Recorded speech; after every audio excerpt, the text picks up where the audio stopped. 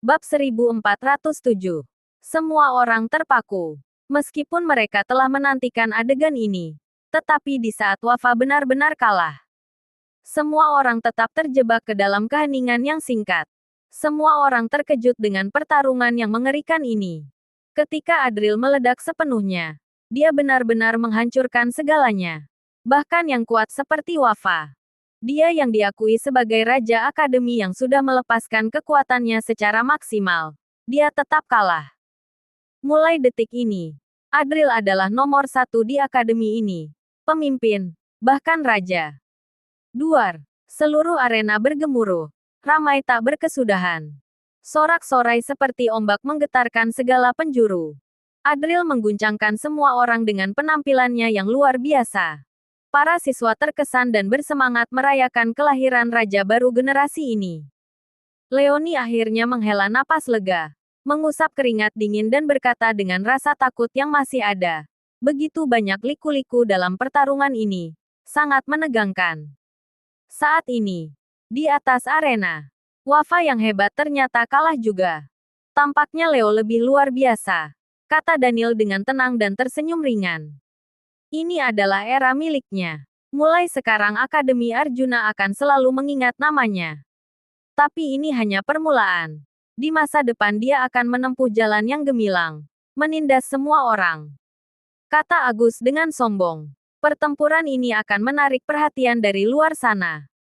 Berbagai kekuatan akan senang untuk merekrut bakar dari Akademi Arjuna dan tanpa ragu Adril akan menjadi pusat perhatian mereka. Tentu saja. Sebagai pihak yang kalah, Wafa juga tampil dengan baik dan akan menarik perhatian dari berbagai kekuatan. Betul katamu, Pak Daniel, kata Ron sambil tersenyum. Tunggu, apa yang ingin dia lakukan? Pada saat itu, terlihat bahwa Adril melompat dari arena pertarungan dan melanjutkan serangannya ke arah Wafa. Aku sudah kalah. Pertarungan berakhir, kata Wafa dengan marah dan bangkit dengan susah payah. Ini adalah pertarungan hidup dan mati. Pertarungan ini akan berakhir jika salah satu pihak mati, kata Adril. Adril segera menyerang dengan ekspresi dingin. Ekspresi Wafa seketika berubah drastis. Semua orang juga terkejut saat ini. Adril yang baru saja memaafkan Malio. Mengapa dia harus membunuh Wafa sekarang? Wajah Ron sedikit berubah dan melangkah maju. Daniel juga sedikit gelisah. Dia sedang ragu apakah harus menghentikannya.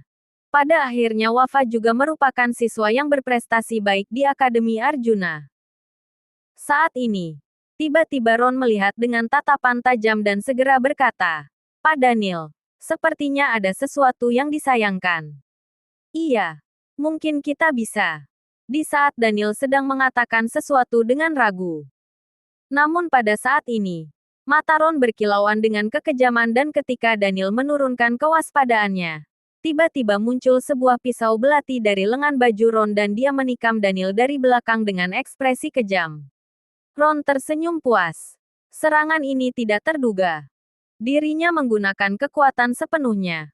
Bahkan jika Daniel adalah tingkat langit tahap ke-9, dia juga akan terkena serangan. Namun, pada saat berikutnya dia terdiam. Pisau belati yang digunakan untuk menusuk Daniel ternyata mengambang di udara. Daniel menggenggam pergelangan tangannya dan berkata dengan ekspresi aneh, "Kamu benar-benar ingin membunuhku." Pergelangan tangan Ron ditahan dan tidak bisa bergerak. Dia melihat Daniel dengan tidak percaya dan berkata, "Kamu, bagaimana mungkin?" Jelas-jelas dirinya menyerang Daniel di saat Daniel paling tidak curiga. Bagaimana dia bisa menyadarinya? Sementara itu, Daniel mengernyitkan keningnya. Jika bukan karena Adril yang memperingatinya berulang kali untuk tetap waspada kepada Ron, mungkin dirinya benar-benar terkena serangan Ron. Kejadian ini terjadi dengan begitu tiba-tiba. Berani sekali kamu menyerang Pak Daniel. Cari mati, kata Agus yang baru menyadari dan langsung marah besar. Kenapa kamu? Kata Daniel. Daniel melihat Ron dengan wajah cemberut dan siap untuk menginterogasinya dengan baik-baik. Tiba-tiba dia merasa ada hawa dingin di belakangnya. Lalu dia mendengar suara permintaan maaf dari belakang. Maafkan aku, teman.